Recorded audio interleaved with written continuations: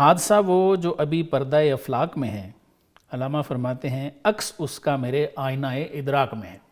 مانتے ہیں جو چیزیں ابھی ہونے والی ہیں، حادثہ وہ جو بھی پردہ افلاک میں ہے، زمین پہ ابھی وہ واقعہ ہوا نہیں ہے، تو آپ فرماتے ہیں کہ اس کا عکس جو ہے وہ میں دیکھتا ہوں، اس کو سمجھتا ہوں۔ تو سر یہ فرمائیں کہ کیا جو اللہ کے خاص لوگ ہیں ان کو آنے والے جو واقعات ہیں ان کا پتہ چل جاتا ہے؟ میں اس کا جواب آپ کو اس انداز سے دے دیتا ہوں، خود علامہ اقبال کے کلام اور علامہ اقبال کی شخصیت سے اس کا جواب ہم میرے خیال میں آج تلاش کر لیتے ہیں جی، اور مختصر طور پہ اس میں سے بتا دیتے ہیں۔ جی بانگ درا میں ایک غزل ہے، جی، اور یہ واحد غزل ہے جس کے اوپر علامہ اقبال نے سن لکھا ہے، ٹھیک ہے، 1907۔ جی، تو محققین اور تلاش کرنے والے اس بات پر بہت غور کرتے رہے کہ یہ کیا بات ہوئی۔ علامہ اقبال کی یہ عادت نہیں ہے، لیکن اس غزل کے اوپر 1907 لکھا ہوا ہے آپ نے۔ ٹھیک ہے، اب وہ کون سی غزل ہے؟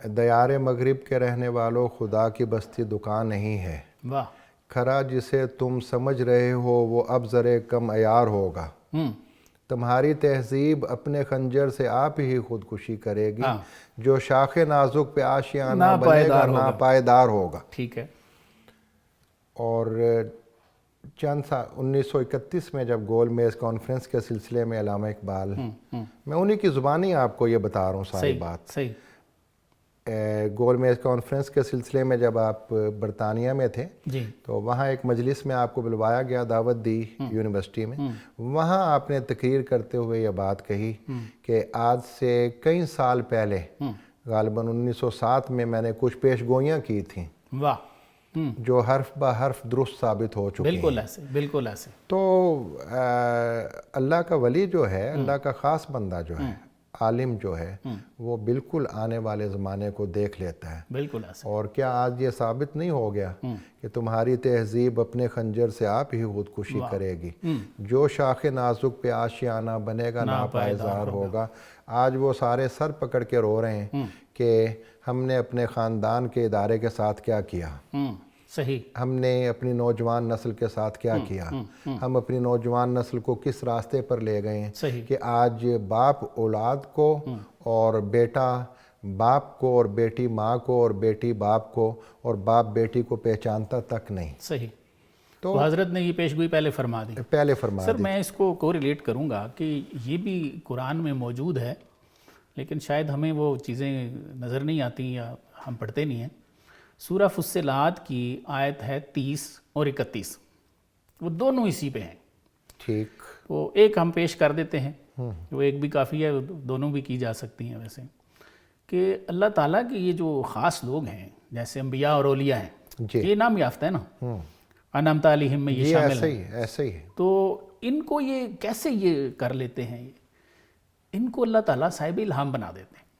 تو اس پہ تو علامہ نے اپنے کلام فارسی میں لکھا ہے جی، کہ مجھے اپنے سینے سے آوازیں آتی ہیں، لیکن نیند نوائے سادہ کیست، وہ شروع ایسے ہوتا ہے کہ من از بود و نبود خود خاموشم، جی، میں اپنے ہونے یا نہ ہونے پہ کوئی بات نہیں کرتا، میں خاموش ہوں۔ ایسے ہی ہے۔ اگر گویم کہ ہستم خود پرستم، اگر کہوں میں کوئی چیز ہوں تو یہ تو خود پرستی ہے، ولیکن ای نوائے سادہ کیست، لیکن یہ مجھے بالکل واضح آواز آ رہی ہے، یہ کیا ہے پھر؟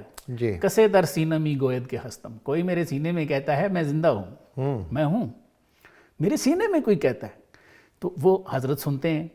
تو قرآن کہتا ہے کہ اللہ تعالیٰ ان اپنے پاک لوگوں کو صاحب الہام بنا دیتے ہیں۔ تو سورہ فصلات کی آیت 30 جو ہے بڑی واضح ہے، ان الذین قالوا ربنا اللہ ثم استقاموا تتنزل علیہم الملائکہ، کہ وہ لوگ جنہوں نے کہا ہمارا اللہ ایک ہے، پھر انہوں نے استقامت اختیار کی، تو قرآن کہتا ہے تتنزل علیہم الملائکہ، ان پہ تو فرشتے اترتے ہیں، جی، اور وہ کیا کہتے ہیں، اللہ تخافوا ولا تحزنوا وابشروا بالجنۃ التی کنتم توعدون، نہ غم کھا، نہ غمگین ہو، نہ پریشان ہو، ہم تمہیں جنت کی بشارت دیتے ہیں جس کا تم سے اللہ نے وعدہ کیا ہوا ہے۔ تو فرشتے اترتے ہیں، فرشتے جو ہیں وہ الہام دیتے ہیں۔ تو فرشتوں کے علاوہ ہمارے صوفیاء ہیں، سلف اسلاف ہیں، وہ فرماتے ہیں کہ جو پاک ارواح ہوتی ہیں کچھ جی جو وہ بھی بلیسڈ ہیں تو وہ بھی الہام دیتے ہیں. تو یہ تو قرآن جو ہماری ایجوکیشن ہے، تعلیم ہے، اس کے بالکل عین مطابق ہے. جی بالکل بالکل پاکوں کے تو معاملات اور ہیں، ہمارے اور ہیں. جی. اور علامہ اپنے حوالے سے کہہ رہے ہیں جی جی کہ جو حادثے ابھی ہونے والے ہیں پردے افلاک میں ہیں وہ مجھے نظر آ رہے مجھے ہیں، پہلے ہی پتہ چل جاتا ہے. میرے ادراک میں ہیں، مجھے اپنے حوالے سے بتا رہے ہیں، اور یہ بات بالکل حقیقت ہے. میں نے عملی طور پر آپ کو مثال دے دی ہے. ناظرین وہ نظم غزل پڑھیں بانگ درا کے پہلے حصے میں 1907 جی جی دوسرے حصے میں 1905 سے 1908 تک کا جو ہے اس پہ سن لکھا ہوا ہے. اس میں ہر شعر میں پیش گوئی ہے، اور وہ تمام پیش گوئیاں حرف بہ حرف صحیح ثابت ہو چکی ہیں. بالکل ایسے. اور علامہ اقبال نگاہ بلند سخن دل نواز جہاں پرسوز، یہی ہے رکھتے سفر میرے کارواں کے لیے. تو یہ نگاہ بلند کیا ہے؟ یہ نگاہ بلند وہی ہے جو دور تک اور آنے والے واقعات بھی دیکھ لیتی ہے، اس کی نظروں کے سامنے، اس کی نگاہوں کے سامنے ہوتے ہیں. تو یہ اس پہ جو میں بات کر رہا تھا اس کی سورہ فصلات کی آیت نمبر 30 کی، وہ آگے جو 31 ہے وہ بھی ایسے ہی ہے. وہ فرشتوں کا ہی کلام ہے، نحن اولیاؤکم فی الحیات الدنیا وفی الآخرہ. وہ کہتے ہیں فرشتے بندے کو کہ ہم تو تیرے اس جہان میں بھی دوست ہیں، اگلے جہان میں بھی دوست ہیں. وَلَكُمْ فِيهَا مَا تَشْتَهِي أَنفُسُكُمْ وَلَكُمْ فِيهَا مَا تَدَّعُونَ نُزُلًا مِّن غَفُورٍ رحیم. سبحان اللہ. ادھر بھی تمہارے دوست ہیں، آگے بھی تمہارے دوست ہیں، اور وہاں تمہیں وہ سب کچھ ملے گا جو تم چاہو گے، جو تمہاری طبیعت چاہے گی منگواؤ گے، اور یہ مہربانی ہوگی، یہ دعوت ہوگی اس غفور الرحیم کی طرف سے. واہ ماشاءاللہ. تو یہ الہام تو اللہ کے پاکوں کو ہوتا ہے. جی بالکل. باقی ہمیں سمجھ آئے یا نہ آئے یہ ایک اور بات ہے. علامہ اقبال کے خطبات میں ایک اہم موضوع جو ہے وہ وجدان ہے. جی.